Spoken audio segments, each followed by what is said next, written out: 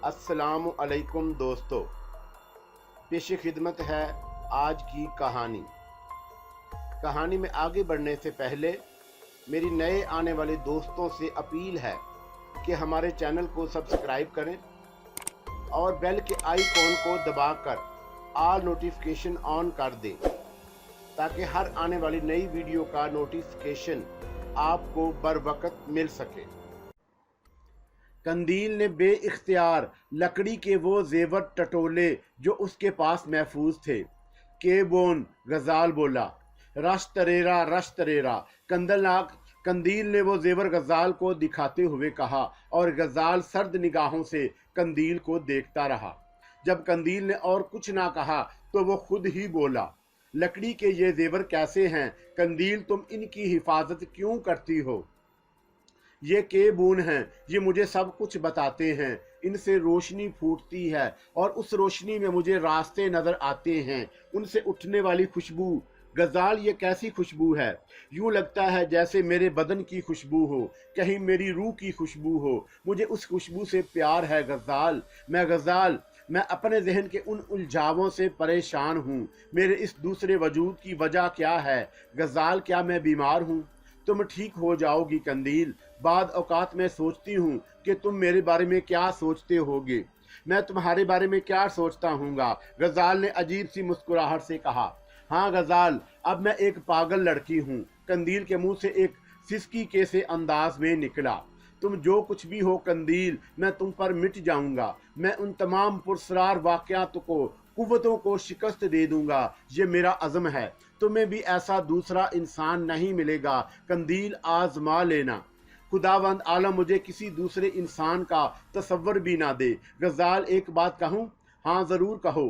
गजाल, तुम मुझसे शादी कर लो। मुझे गजाल ना जाने क्या क्या ख्याल आते हैं। गजाल, मैं वो सब कुछ अल्फाज में नहीं कह सकती जो मैं सोचती हूँ। तुम मुझसे शादी कर लो गजाल। हो सकता है तुम्हारी ज़िंदगी का एक हिस्सा बनकर मैं तकसीम ना हो सकूँ। फिर गजाल, तुम मेरी ज़िंदगी के मालिक बन जाओगे। गजाल का दिमाग झंझना कर रह गया। अजीब अल्फाज थे, अनोखा तसव्वुर था। शादी मगर कैसे? क्या यहाँ इन जंगलों में, इस वहशतनाक माहौल में शादी? एक फायर की आवाज़ उभरी और सब उछल पड़े। घोड़ों ने किनूतियां बदली और सब ने लगामें खींच ली। राइफलें सीधी हो गईं। फायर करने वाला सरातू था जो अपने घोड़े का रुख बदलकर अकब में देख रहा था।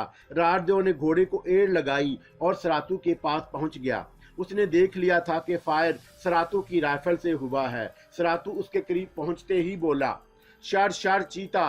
वो एक खतरनाक चीता था, मैंने उस पर गोली चलाई थी। कहाँ? राजदेव ने राइफल सीधी करके कहा। कोई चीज अकबी दरख्तों की जड़ों में उगी हुई झाड़ियों में उछली थी और राजदेव को यकीन हो गया कि सरातू ने कोई कार्रवाई कर डाली है, लेकिन दावे से ये नहीं कहा जा सकता कि जिस चीते पर उसने गोली चलाई है वो हलाक हो गया है। और राजदेव जानता था कि जख्मी चीता कितना खतरनाक हो सकता है। चुनाचा उसकी तेज निगाहें दूर तक जायजा लेती रहीं। इस दौरान सिकंदर भी उसके पास पहुंच गया और राजदेव ने उसे सूरत हाल बता दी। फिर वो दोनों घोड़े से उतरकर पोजीशन लेते हुए उस जानब बढ़ने लगे जहां अब भी कुछ आहटें सुनाई दे रही थी और घास हिल रही थी। उन्होंने गहरी निगाहों से झाड़ियों में देखा, लेकिन फिर उन्हें अंदाजा हो गया कि हिलने वाली चीज कम अज कम चीता नहीं है, क्योंकि उसका हुजम नजर आना चाहिए था। चंद ही लम्हों के बाद वो उस जगह पहुंच गए और वहां उन्होंने एक बंदर को खून में लथपथ देखा। उसके निचले धड़ में गोली लगी थी और वो अपने अगले दोनों हाथों से बदन को घसीटने की कोशिश कर रहा था। राजदेव और सिकंदर ने गहरी सांस ली। इस दौरान ससरा तू भी उनके पास पहुंच गया और उसने भी बंदर को देखा और बौखलाए हुए अंदाज में बोला, शर बाई गॉड, वो चीता था। शर, मेरी आंखें धोखा नहीं खा सकती, वो चीता ही था। सिकंदर ने सरातू का चेहरा देखा। सरातू बहरतौर जंगलों का बासी था। ऐसी गलतफहमी का शिकार तो नहीं हो सकता, लेकिन अब चीते को कहाँ तलाश किया जा सकता था? सरातू ने चीते पर गोली चलाई हो और कोई बंदर दरमियान में आ गया हो। चीते का अता पता नहीं था। दोनों वापस पलट पड़े और अपने घोड़ों पर सवार हो गए। اس کے بعد یہ طے کیا گیا کہ سکندر بالکل پیچھے رہے اور سراتو کے ساتھ عقب کا جائزہ لیتا رہے اور راج دیو اس قافلے کے آگے آگے سفر کرے۔ غزال اور قندیل کی گفتگو اس ہنگامے کی وجہ سے ختم ہو گئی تھی اور اس کے بعد ان لوگوں نے کافی فاصلہ تیز رفتاری سے طے کیا تاکہ کسی ایسی کھلی جگہ پہنچ جائیں جہاں آ کر چیتا ان کا تعاقب کر رہا ہے تو ان کی نگاہوں میں آ جائے۔ راستے اب دشوار ہونے لگے۔ بعض جگہ جنگل کے درختوں میں لمبی لمبی چٹانیں لٹکی ہوئی نظر آئیں اور جو راستے روک رہی تھی اور ان چٹانوں کو کاٹے بغیر آگے کا سفر مشکل تھا۔ البتہ یہ آسانی تھی کہ یہ چٹانیں زیادہ نہیں تھیں اور کافی فاصلے پر تھیں۔ جب چٹانوں کا یہ سلسلہ طویل ہو گیا تو انہوں نے تھوڑا سا رخ تبدیل کر دیا۔ جنگل کے ہولناک مناظر، جانوروں کی آوازیں اور سنسی خیز ماحول سب کو خاموش کیے ہوئے تھا، یہاں تک کہ سورج سروں پر سے گزر گیا اور جب شام ہوئی تو انہیں قدرے ایک صاف ستھرا علاقہ نظر آیا جو چھوٹی موٹی جھاڑیوں سے ضرور بھرا ہوا تھا لیکن زمین ہموار تھی اور اس پر سلیٹی رنگ کی ہلکی ہلکی ریت بکھری ہوئی تھی۔ قیام کے لیے یہی جگہ منتخب کی گئی اور گھوڑے خالی کر دیے گئے۔ پھر آدھی رات کے بعد اچانک ہی کرنل فیروز نے راج دیو کو ایک سمت متوجہ کیا اور راج دیو چونک کر ادھر دیکھنے لگا۔ چھوٹی چھوٹی جھاڑیاں کہیں کہیں جھنڈ کی شکل میں موجود تھیں اور کرنل فیروز کا اشارہ ایسے ہی ایک جھنڈ کی طرف تھا۔ راج دیو کرنل فیروز کے اشارے کی سمت دیکھنے لگا، پھر بولا، کیا بات ہے کرنل، کچھ دیکھا ہے آپ نے؟ ہاں، دو چمکتے ہوئے جگنو نظر آئے ہیں مجھے، کرنل فیروز نے کہا۔ دو جگنوں کی بات نے راج دیو کو چونکا دیا۔ وہ سمجھتا تھا کہ یہ دو جگنو کیا ہوتے ہیں، چنانچہ اس نے رائفل کا گھوڑا چڑھا لیا اور اسی طرف دیکھنے لگا۔ ابتدا میں اسے کچھ نظر نہ آیا لیکن پھر اس کی نگاہوں نے بآسانی ان دو چمکتی ہوئی سرخ آنکھوں کو دیکھ لیا جن کے بارے میں راج دیو کو بخوبی اندازہ تھا۔ یقیناً سراتو کا کہنا درست تھا، چیتا بڑی ہوشیاری سے ان کا تعاقب کر رہا تھا۔ حالانکہ بعد کے راستے میں چیتے کی موجودگی کے امکانات نہیں ملے لیکن جنگل کے جانور بھی کم ہوشیار نہیں ہوتے اور وہ جانتے ہیں کہ ماہر شکاریوں کا تعاقب کس طرح کیا جاتا ہے۔ یہاں تک کامیابی سے سفر کر کے چیتا ان کے قریب پہنچ گیا لیکن اس نے جگہ کا انتخاب صحیح نہیں کیا اور یہاں سے وہ شکار ہو سکتا تھا۔ راج دیو ایک چست و چالاک شکاری کی مانند چیتے کی آنکھوں کا جائزہ لیتا رہا۔ اس نے فیصلہ کیا کہ اتنا ہی فاصلے سے چیتے پر حملہ کر دیا جائے تاکہ اگر وہ ہلاک نہ ہو سکے اور زخمی ہو کر آگے بڑھے تو اسے دوسرے فائر کا نشانہ بنایا جا سکے، کیونکہ جھاڑیوں کے اس جھنڈ کے آس پاس کی جگہ صاف ستھری تھی اور اگر چیتا جھاڑیوں سے نکل کر بھاگتا ہے تب بھی خاص طور سے راج دیو کی نگاہوں میں آ سکتا ہے۔ چنانچہ وہ تیار ہو گیا۔ اس نے کرنل کو بھی اشارہ کیا اور اس کے بعد چیتے کی دونوں آنکھوں کا نشانہ بنا کر درمیان میں فائر کر دیا۔ رائفل کی ہولناک آواز نے ماحول کا سناٹا بری طرح مجروح کر دیا۔ جھاڑیوں میں چھپے ہوئے پرندوں نے پھڑ پھڑائے اور اس کے ساتھ ہی راج دیو کھڑا ہو گیا۔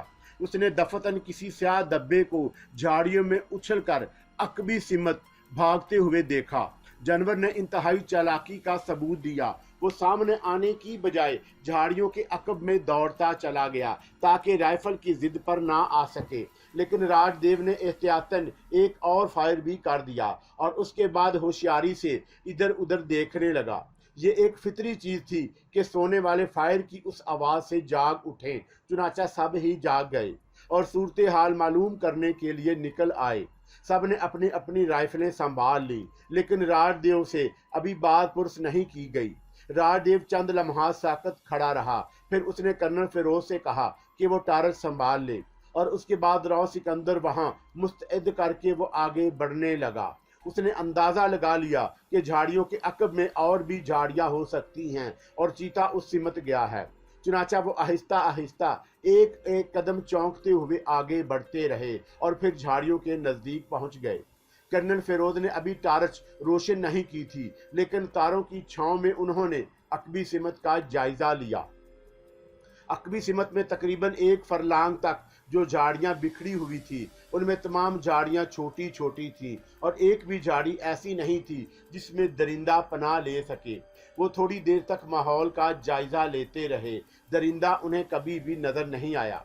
राजदेव ने यह अंदाजा लगाने के लिए कि दरिंदा अगर हलाक नहीं हुआ तो क्या जख्मी भी नहीं हुआ, कर्नल फिरोज के हाथ से टार्च ली और जमीन पर टार्च की रोशनी डालने लगा। उसकी निगाहें खून के धब्बे और कदमों के निशानात तलाश कर रही थीं। झाड़ियों के बिल्कुल अकब में उसे कदमों के जो निशानात नजर आए उन्होंने राजदेव को पागल कर दिया। ये साफ साफ इंसानी कदमों के निशानात थे, 100% इंसानी पांव जो दूर तक चले गए थे। राजदेव फटी फटी निगाहों से उन निशानात को देखता रहा और फिर उसने झाड़ियों के झुंड में घुसने का फैसला कर लिया। हालांकि ये एक खतरनाक काम था, लेकिन कर्नल फिरोज को वहीं मुस्तैद करके 2 झाड़ियों में घुस गया। झुंड इतने वसी भी नहीं थे कि उसे बहुत ज्यादा दिक्कत होती। उसने तमाम झाड़ियां घंगाल डाली, लेकिन झाड़ियों में कुछ नहीं था। यानी वो 2 सुलगती हुई आंखें जो यकीनी तौर पर किसी जानवर की थीं गायब हो चुकी थी। लेकिन ये इंसानी कदम जो बिल्कुल ताज़ा थे, कम से कम राजदेव की निगाहें इस सिलसिले में धोखा नहीं खा सकती थी। झाड़ियों से निकलने के बाद उसने कर्नल फिरोज को साथ लिया और जहां तक आसानी जा सकता था वहां तक गया। कदमों के निशानात का सिलसिला खत्म नहीं हुआ, वो दूर तक चला गया। यूं लगता था जैसे वो जो कोई भी था दौड़ता हुआ काफी कुव्वत से आगे निकल गया है। फिर राजदेव वहीं रुक गया और उसने कहा, आइए कर्नल वापस चलें। मगर राजदेव, ये तो इंसानी कदमों के निशानात हैं। हाँ, तो क्या वो कोई इंसान था? इसके अलावा और क्या कहा जा सकता है कर्नल? लेकिन वो आंखें, क्या किसी इंसान की आंखें इस तरह चमक सकती हैं? राजदेव ने कोई जवाब नहीं दिया और वो वापस अपने साथियों के पास पहुंच गए। राजदेव से सूरत हाल मालूम की जा रही थी, लेकिन राजदेव खामोश था। अलबत्ता कर्नल फिरोज के लिए ये वाकया इंतहाई हैरतनाक था। वो एक लम्हा बर्दाश्त ना कर सके और सबको तफसीलात बताने लगे। हैरत की बात थी, सब ही हैरान हो गए, लेकिन उस पुरस्रार मुअम्मे का कोई हल दरियाफत नहीं हो सका। नतीजे में खामोशी के सिवा और क्या किया जा सकता था। अलबत्ता काफी देर तक इस बारे में चैमगोइयां होती रहीं। फिर सिकंदर ने कहा, जंगल की जिंदगी में ये वाकयात आम होते हैं, लेकिन हमारे आसपास इसके सिवा चाराकार भी नहीं होता कि हम हर अनोखे वाक़े को भूल जाने की कोशिश करें और रात की नींदें मजरू ना करें। चुनाचा आप लोग सो जाइए, यही बेहतर है। दूसरे दिन के लिए चाको चौबंद रहना ज़रूरी है। किसे नींद आई और किसे ना आ सकी ये तो वही लोग जानते थे, लेकिन सिकंदर और राजदेव कर्नल फिरोज के साथ मिलकर इस पुरस्कार वाक़े पर अच्छी तरह गौर करते रहे। शिकारी जिंदगी में नींदों का तसव्वुर ज़रा मुश्किल ही होता है। कितना सोना है और कितना नहीं सोना ये बात एक शिकारी ही जानता है। अलबत्ता आम लोगों के लिए ये तसव्वुर ही बड़ा अजीब है। सोए बगैर कई दिन तक सफ़र जारी रखा जाए। अलबत्ता ये ज़रूर तय कर लिया गया था कि जब तक ज़्यादा थकन ना हो तो फिर 1-2 दिन किसी जगह बाकायदा क़याम करके नींद पूरी कर ली जाएगी। वो अपने इस मसले का हल चाहते थे जो रात ही को उनके जहन में पैदा हुआ। राजदेव ने कहा, सरातू, ये वो जगह बिल्कुल नहीं है जहाँ से हम गुजरे थे। कब शर? सरातू ने सवाल किया। उस वक़्त जब हम इस छोटी सी नदी से वापस आए थे। सैलाब के दौरान तो जाहिर है रास्तों का तयन ही नहीं हो सका था, लेकिन नदी से वापसी पर हम कम अज़ कम उन रास्तों से नहीं गुजरे थे जब हम वो लाश लेकर आए थे। सरातू किसी गहरी सोच में डूब गया। वही रास्ता है शर, बट ऐसा लगता है कि कोई दूसरा सैलाब इधर अपना यूं लगता है जैसे वो जिन रास्तों का तुमने तयन किया था हम उन्हीं पर आगे बढ़ रहे हैं। आइए कर्नल। मगर शरातू यही बोलता। शरातू ने कहा, तुम्हें पूरा एतमाद है? शर, हम कोशिश करता, शरातू ने जवाब दिया और राजदेव पुरख्याल अंदाज में सिकंदर का चेहरा देखने लगा। इस बात के अमकानात हैं कि जंगलों में तब्दीलियां हुई हों। सरातू तो हमारे साथ जंगल के उस हिस्से तक जाने के बाद कभी इस नदी तक दोबारा पहुंचे? नो शर, नो शर, सरातू ने गर्दन हिलाते हुए कहा। जाहिर है कि कोई ज़रूरत ही पेश नहीं आई होगी। बहरहाल चलते रहें, क्या हर्ज है, हमें तो इन जंगलों की खाक छाननी ही है। सफ़र के कई दिन गुजर चुके और अब ये ज़रूरत महसूस हो रही थी कि कुछ तवील क़याम किया जाए। चुनाचा मुतफ़क्का फ़ैसले के तहत ऐसी जगह का इंतखाब किया जाने लगा जहाँ वो लोग कुछ दिन तक कैंप कायम कर सकें। हालांकि हर शख्स चाहता था कि अब क़याम कर लिया जाए, लेकिन बेहतर जगह की तलाश में ही सफ़र तय हो गया और कोई फैसला ना किया जा सका। तब वहीं एक जगह मुंतखब कर ली गई जहां इस वक्त सब मौजूद थे।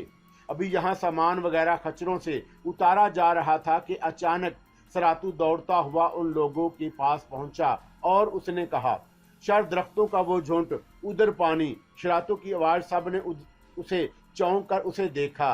राजदेव ने पूछा, क्या मतलब है तुम्हारा सरातू? शर, उधर झील है। झील दरख्तों की उस तरफ। कैसे कह सकते हो?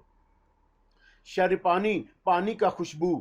राजदेव ने दिलचस्पी से सरातू को देखा। उसमें न किसी ने भी पानी की खुशबू महसूस नहीं की थी, लेकिन बहरतौर राजदेव और सिकंदर ये बात जानते थे कि सरातू तो जंगलों का बासी है। चुनाचा पहले ये तय किया गया कि घोड़ों को दौड़ाकर सरातू के बयान की तस्दीक कर ली जाए। सरातू खुद भी उनके साथ था और बिलाशुबा दरख्तों के उस झुंड की दूसरी तरफ एक अच्छी खासी वसीओ अरीज झील नजर आ रही थी। सिकंदर ने पुरख्याल अंदाज में दाहना गाल खजाते हुए कहा, राज, झील बहुत उम्दा है, लेकिन क्या तुम इस बात को नज़रअंदाज करोगे कि जंगली दरिंदों का मस्कन भी यही होगा? कम से कम पानी पीने के लिए वो यहाँ ज़रूर आते होंगे। इस हिसाब से यहाँ रुकना मुनासिब होगा। वो तो ठीक है राव, लेकिन इस झील से फ़ायदा ना उठाना भी तो गैर मुनासिब होगा। मेरे ख्याल में अगर मेरी राय इससे ज़रा मुख्तलिफ है। सिकंदर ने दरमियान से राजदेव की बात काट दी। क्या हम कैंप यहीं लगाते हैं? झील का फासला बहुत ज़्यादा नहीं है। कल दिन की रोशनी में झील के पानी से फ़ायदा उठा लिया जाएगा। बेहतर तौर पर यह बात शिकारी जानते ही थे कि वीरान जंगलों में झीलों के किनारे क़याम का क्या नतीजा होता है। चुनाचा कैंप उसी जगह रहने दिया गया। दूसरे लोग तो पानी के लिए तरस रहे थे। इतने दिन के सफ़र में नहाने वगैरह का कोई बंदोबस्त ही नहीं हो सका था। अभी तमाम लोग आपस में गुफ्तगू और चहलकदमियाँ ही कर रहे थे कि अचानक ही कुछ अजीबो गरीब आवाज़ें सुनाई दीं और उन आवाज़ों को दूसरे लोग समझे हों या ना समझे हों, लेकिन राजदेव और राव सिकंदर फौरन राइफलें संभाल कर मुस्तैद हो गए। उन्होंने थोड़े ही फासले पर चरखों का एक जोड़ा देखा जो आहिस्ता आहिस्ता उन्हीं की जानब बढ़ रहा था। सब ने दम साध लिए। जरा सी आहट होती और चरखों के कान खड़े हो जाते। राजदेव चंद लम्हात सोचता रहा। उनके शिकार से कोई फायदा नहीं था। गोली चलाने का खतरा इस वक्त मोल लेना मुनासिब नहीं था। हो सकता है कि आसपास जंगली जानवर हों। इस तरह खासी देर गुजर गई। चरखों का जोड़ा उनके करीब आना चाहता था, लेकिन हिम्मत नहीं कर पा रहा था। फिर दफतन ही राजदेव ने राव का शाना दबाया और सिकंदर की निगाहें राजदेव के इशारे की जानब उठ गईं। एक कवि हिकल शेर जंगली दरख्तों के झुंड से निकलकर कदम ब कदम चरखों के जोड़े की जानब बढ़ रहा था। खुले मैदान में अभी उसने आधा फासला ही तय किया था कि उसकी निगाह किसी और जानब उठ गई। उसने गालबन घोड़ों को देख लिया था जो एक सिमत बंधे हुए थे, और फिर वो इतने जोर से धाड़ा कि चरख दहशत से बुरी तरह चीखते हुए भाग उठे। शेर ने एक लम्हे के लिए कुछ सोचा, फिर वो चरखों के पीछे चल पड़ा। गोया फबकी दे रहा हो। चरख इस तरफ दौड़ रहे थे जैसे कोई बला उनके पीछे लग गई हो, लेकिन उसने ज्यादा दूर तक उनका ताकुब नहीं किया। उसकी निगाहों में घोड़ों की ज्यादा अहमियत थी। वो रुक गया और अपनी जगह खड़े होकर घोड़ों की जानब देखने लगा। राव और राजदेव ने निशाना बांध लिए। शेर के बारे में उन्हें ये अंदाजा था कि वो चंद कदम आहिस्ता आहिस्ता आगे बढ़ेगा, उसके फौरन बाद ही घोड़ों पर छलांग लगा देगा। चुनाचा वो दोनों पूरी तरह होशियार थे, लेकिन घोड़ों की छठी हिस्स ने भी उन्हें खबरदार कर दिया कि खतरा सर पर मौजूद है। चुनाचा वो बेचैन नजर आ रहे थे। सरातू ने इस मौका पर समझदारी का सबूत दिया और घोड़ों के पास पहुंचकर खड़ा हो गया। बहरतौर वो एक बहादुर आदमी था और ये जानने के बावजूद कि शेर घोड़ों की तरफ मतवज्जा है, उसने अपने आप को हलाकत में डाल दिया था। इस सूरत में सिकंदर और राजदेव की जिम्मेदारी ज्यादा बढ़ गई। शेर उनके अंदाजे के मुताबिक आहिस्ता आहिस्ता चंद कदम आगे बढ़ा। तमाम लोग दहशत भरी निगाहों से जंगल के बादशाह की कैफियत देख रहे थे। फिर दफतनी शेर के हलक से एक और खौफनाक धार निकली और उसने घोड़ों की तरफ छलांगे मारना शुरू कर दी। लेकिन राजदेव और सिकंदर भी होशियार थे और बिलाशुबा वो आज भी उतने ही माहिर शिकारी थे जितने किसी जमाने में होते थे। चनाचा दोनों की राइफलों ने बीक वक्त गोलियां उगली और ये दोनों गोलियां शेर के जिस्म के दो मुख्तलिफ हिस्सों में प्यूसत हो गईं। शेर की एक खौफनाक धाड़ सुनाई दी और वो एक लंबी जरकंद लगाकर जमीन पर गिरा। चंद लम्हे जमीन पर तड़पता रहा, उसके बाद फिर अपने कदमों पर खड़ा हो गया। इस बार उसका रुख उन दोनों की जानब था। कर्नल फेरोज, प्रोफेसर गौरी और भरत चंद्र के हलक से डरी डरी सी आवाजें निकल गईं, लेकिन दूसरी दोनों गोलियां शेर के दिमाग पर पड़ीं और उसने उल्टी कलाबाजी खाई और कई कलाबाजियां खाता हुआ उनसे तकरीबन 20 फुट के फासले पर आ गया। इस वक्त भी उसे उसकी वहशतनाक आंखें उनकी जानब निगरान थी। वो अपने आप को संभालने की कोशिश कर रहा था, लेकिन फिर आहिस्ता आहिस्ता पंजों के बल बैठता गया। चंद ही लम्हात के बाद उसकी थूथनी जमीन पर जा लगी। गोलियों ने उसका भेजा उड़ा दिया था। राजदेव और सिकंदर उसकी जानब दौड़ पड़े। कर्नल फिरोज के हलक से एक आवाज निकली, लेकिन फिर उसने अपना मुंह बंद कर लिया। जाहिर है इस मसले में वो उन्हें नहीं टोक सकता था। वो सब शेर के पास पहुंच गए। बहुत खौफनाक शेर था। काफी देर तक उसका जायजा लिया गया, फिर वो उसे वहीं छोड़कर वापस आ गए।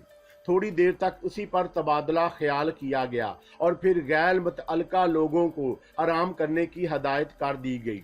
पहरे की जिम्मेदारी राजदेव और सिकंदर ने संभाल ली। इस वक्त भी यही जरूरी था।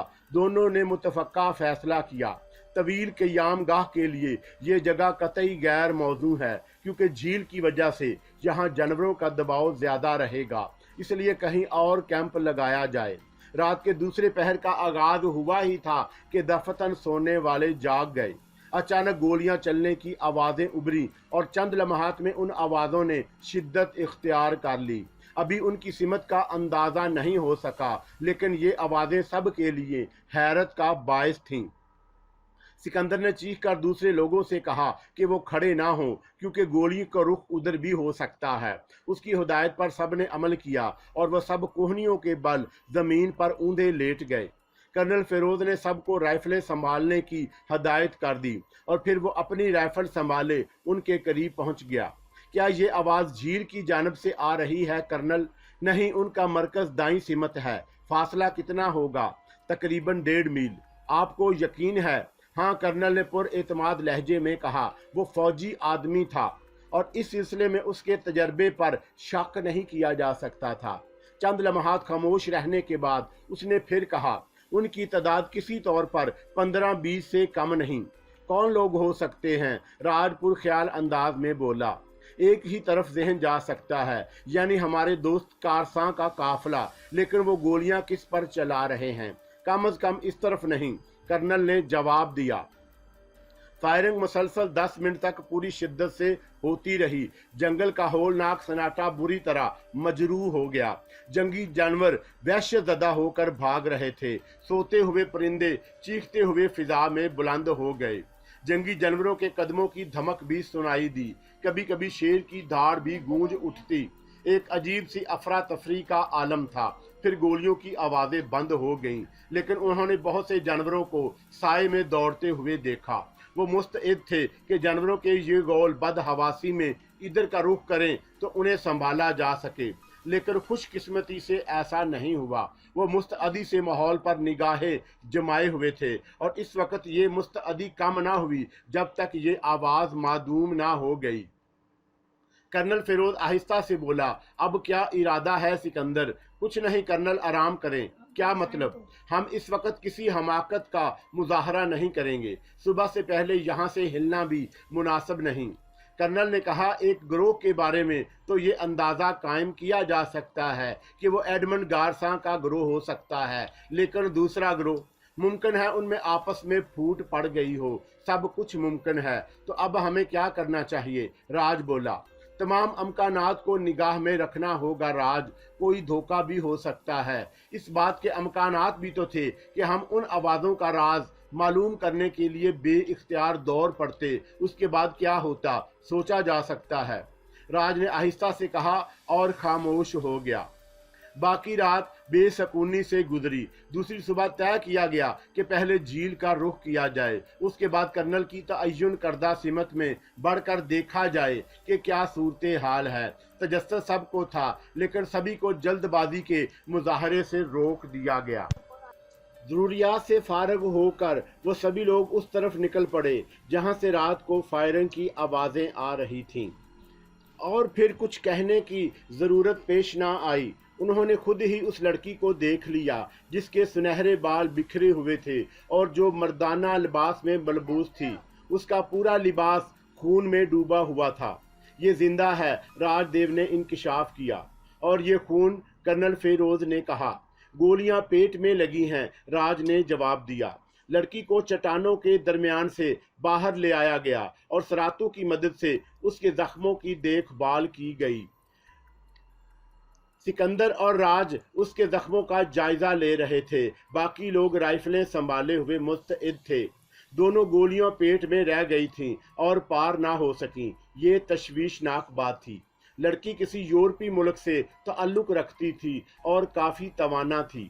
عارضی طور پر اس کے زخموں پر مرہم رکھ کر پٹیاں کس دی گئیں اور اسے ایک بستر سا بنا کر لیٹا دیا گیا۔ کافی مشکل صورتحال درپیش تھی۔ یہ سب جانتے تھے کہ وہ ایڈمنڈ کی ساتھی ہے، لیکن ہر بات سے قطع نظر وہ انسان تھی اور ایک انسانی زندگی کا معاملہ تھا۔ سب مشورہ کرنے بیٹھ گئے۔ کیا کرنا چاہیے؟ گولیاں پیٹ میں ہیں، کچھ کرنا ضروری ہوگا۔ خون بھی کافی بہا ہے۔ غالباً یہ زخمی ہونے کے بعد گھسٹتی ہوئی ان چٹانوں کے درمیان آئی تھی، لیکن کیا کیا جا سکتا ہے؟ کیا اس عالم میں واپسی کا سفر کر سکتی ہے؟ بستی بھی قریب نہیں ہے، بستی میں تو اسپتال نہ ہوگا۔ سرکاری ڈسپنسری ہے سر، ادھر ڈاکٹر نہیں ہوتا، سراتو نے کہا۔ ہسپتال کہاں ہے سراتو؟ اس کے لیے رائے پور جانا ہوگا سر۔ او مائی گاڈ، اس میں تو ایک ہفتے سے زیادہ لگ جائے گا، راؤ نے پریشانی سے کہا۔ اور اس عالم میں ایک ہفتہ کوئی فیصلہ نہ ہو پا رہا تھا، حالانکہ اس کا تعلق دشمنوں سے تھا، لیکن اس عالم میں دشمنی برقرار نہیں رکھی جا سکتی تھی، اور پھر اسے اس عالم میں تنہا چھوڑ دیا گیا تھا۔ یہ بھی بے حسی کی بدترین مثال تھی، اور یہ لوگ اس مثال کو دہرانا نہیں چاہتے تھے۔ کرنل فیروز نے تجویز پیش کی۔ میری رائے میں ہم اسے ساتھ لے کر آگے بڑھیں، اور اگر وہ لوگ نظر آ جائیں تو اسے ان کے حوالے کر دیں۔ یہ بھی ہو سکتا ہے کہ وہ لوگ کسی ایسی آفت میں گر گئے ہوں کہ اسے چھوڑے بغیر چارہ نہ ہو، اور اسے دوبارہ پا کر انہیں خوشی ہو۔ یہ الفاظ میں بالکل مجبوری کے عالم میں کہہ رہا ہوں۔ ایک انسانی زندگی بچانا بے شک سب سے اہم کام ہے، لیکن ہمارے پاس کوئی ذریعہ نہیں۔ اگر ہم اپنی اس مہم کو ادھورا چھوڑ کر واپس چلتے ہیں، تب بھی اتنے ہی دن درکار ہوں گے جتنے دن یہاں آنے میں لگے ہیں، بلکہ احتیاط کی پیش نگاہ سے اس سے بھی کچھ زیادہ دن لگ جائیں گے۔ اس دوران جو ہونا ہے وہ ہو جائے گا۔ اس کے علاوہ ایک بات اور بھی ہے۔ وہ کیا؟ گولیاں پیٹ میں لگی ہیں۔ اگر انہوں نے کوئی نازک حصہ متاثر نہیں کیا ہے تو یہ بچ بھی سکتی ہے۔ گولیاں اکثر جسم کے مختلف حصوں میں رہ جاتی ہیں اور انسان پوری عمر گزار لیتا ہے۔ اس سے زیادہ کچھ ممکن نہیں۔ کرنل، بس اتنا ہی کیا جا سکتا ہے، راؤ نے کہا۔ چنانچہ ایک اسٹریچر بنایا گیا اور لڑکی کو اس پر لٹا دیا گیا۔ اس کے بعد دیگر چیزوں کا جائزہ لیا گیا۔ یہ بات سمجھ میں نہیں آئی کہ ان کا مقابلہ کس سے ہوا۔ وہ کون لوگ تھے؟ سراتو کی کھوج نے جیپ کے نشانات تلاش کر لیے اور وہ چیخ چیخ کر ان سب کو نشانات کے بارے میں بتانے لگا۔ سب نے یہ نشانات دیکھے، وہ جیپوں کے نشانات تھے۔ اس سے اس بات کی تصدیق ہو گئی کہ وہ لڑکی ایڈمنڈ کی ساتھی ہی ہے۔ گویا ایڈمنڈ کے دو ساتھی ہولناک حادثوں کا شکار ہو گئے۔ ایک وہ مرد جسے کوئی وحشی درندہ چبا گیا، اور دوسری یہ لڑکی۔ प्रोफेसर गौरी ने भरत चंद्र से कहा। भरत, एक इंकशाफ मेरे पेट में बहुत देर से गड़बड़ कर रहा है। और भरत चंद्र चौंक कर प्रोफेसर को देखने लगा। ये 3 चट्टानें फूल की पत्तियों की मानद हैं। वो नक्शा जिसमें मुख्तलिफ नक्श बने हुए थे इन 3 चट्टानों का इजहार भी करता है। मुझे अच्छी तरह याद है। ओह गुड, इसका मतलब है कि हम सही रास्ते पर जा रहे हैं। ये बात तो दूसरे लोगों को बताना जरूरी है, भरत चंद्र ने कहा। सब ही इस इंकशाफ से खुश हुए। ये भी तो सोचने हजरात के एडमंड सही रास्ते पर है, राव ने कहा। यकीनन उसने नक्शे की तफसीलात मालूम करने का कोई माकूल बंदोबस्त जरूर किया होगा और फिर वो नक्शा उसके पास मौजूद है। ये जगह तवील क़याम के लिए बुरी नहीं, लेकिन रात का हंगामा भी इसमें खटक रहा है और उसे मखदूश करार दिया जा सकता है। चुनाचा यूं किया जाए कि आज का सफ़र और कर लिया जाए, इसके बाद पहली मुनासिब जगह हम क़याम कर लेंगे। इस तरह जख्मी लड़की की देखभाल भी हो जाएगी और हम भी थकन उतार लेंगे। रात का आखिरी पहर गुजर रहा था जब लड़की को होश आया और उसने पानी मांगा। कंदीर फौरन उठ गई और उसने बड़ी मोहब्बत से उसे पानी पिलाया। सब ही जाग गए थे। लड़की पानी पीने के बाद देर तक आसमान को देखती रही। उसके चेहरे पर सोच के गहरे साए नजर आने लगे। फिर उसके अंदाज में अज़तराब पैदा हो गया और उसके हलक से डरी डरी आवाज़ें निकलने लगीं। घबराओ नहीं, बिल्कुल ना घबराओ, तुम महफूज हो। हम सब तुम्हारे दोस्त और हमदर्द हैं। तुम्हें हमारे पास कोई तकलीफ ना होगी, गजाल ने नरम लहजे में कहा। मैं कहाँ हूँ? आह, वो सब कहाँ हैं? क्या वो सब मारे गए? क्या तुम? वो 2 फटी फटी नज़रों से गजाल को देखने लगी। फिर उसने कहा कि तुमने सबको मार दिया। नहीं, हम उनमें से किसी के दुश्मन नहीं हैं, हम तो शिकारी हैं। तुम्हें 3 चट्टानों के दरमियान जख्मी पड़े हुए देखा तो हम उठा लाए। तुम्हारे साथी तो तुम्हें छोड़कर चले गए। पानी, मुझे पानी दो, उसने कहा। प्रोफेसर, उसे काफ़ी दी जा सकती है, गजाल ने पूछा। जख्म पेट में है, मगर पानी भी तो देना ही होगा। मेरे ख्याल में काफ़ी दे दो। काफ़ी तैयार हो रही थी। लड़की को काफ़ी पिलाई गई और उसके चेहरे पर बशाशत नजर आने लगी। उसने शुक्रगुजार नज़रों से उन्हें देखा। तुम्हें अंदाज़ा है कि तुम्हारे पेट में गोलियां लगी हैं, कर्नल फेरोज ने कहा। गोलियां? हाँ, वो रोने लगी। मैं जख्मी हो गई थी और मैंने मार्डलर के पांव पकड़ लिए थे, मगर उसने अपनी जान बचाने के लिए मुझे धक्का दिया और वो मुझे छोड़कर चले गए। सब चले गए। हालांकि वो सिसकने लगी। खुद को संभालो और हमें बताओ कि हम तुम्हारे लिए क्या करें। Come and fly away with me. Come and fly away with me.